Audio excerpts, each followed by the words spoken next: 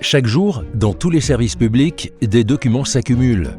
Courriers, dossiers administratifs, pièces comptables, registres, qu'ils soient papier ou numériques, tous deviennent des archives publiques dès leur création. Certaines sont destinées à être conservées pour leur valeur juridique ou historique, et d'autres éliminées une fois leur durée d'utilité administrative arrivée à échéance.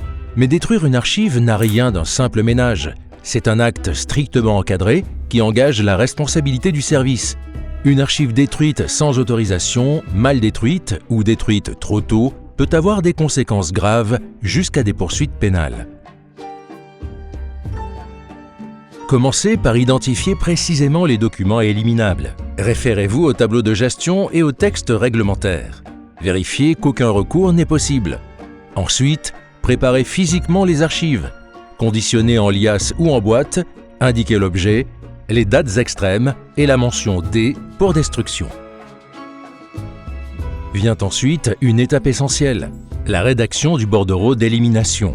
Il est composé de 2 parties, une page de garde qui comporte le nom du demandeur, les dates extrêmes, le volume et l'identification des documents proposés à l'élimination, et une seconde partie se composant de la liste des types des documents concernés, sans abréviation, du rappel des dates extrêmes des documents, de leur durée d'utilité administrative et de l'année d'élimination.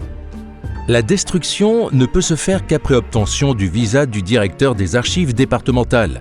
Ce bordereau doit être conservé indéfiniment par le service.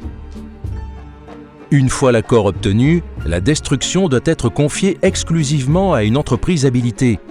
Et les services ne peuvent en aucun cas détruire eux-mêmes leurs archives, ni les jeter dans une benne ou dans une déchetterie. L'entreprise agréée procède à la destruction par broyage, déchiquetage ou incinération et doit vous remettre un certificat de destruction.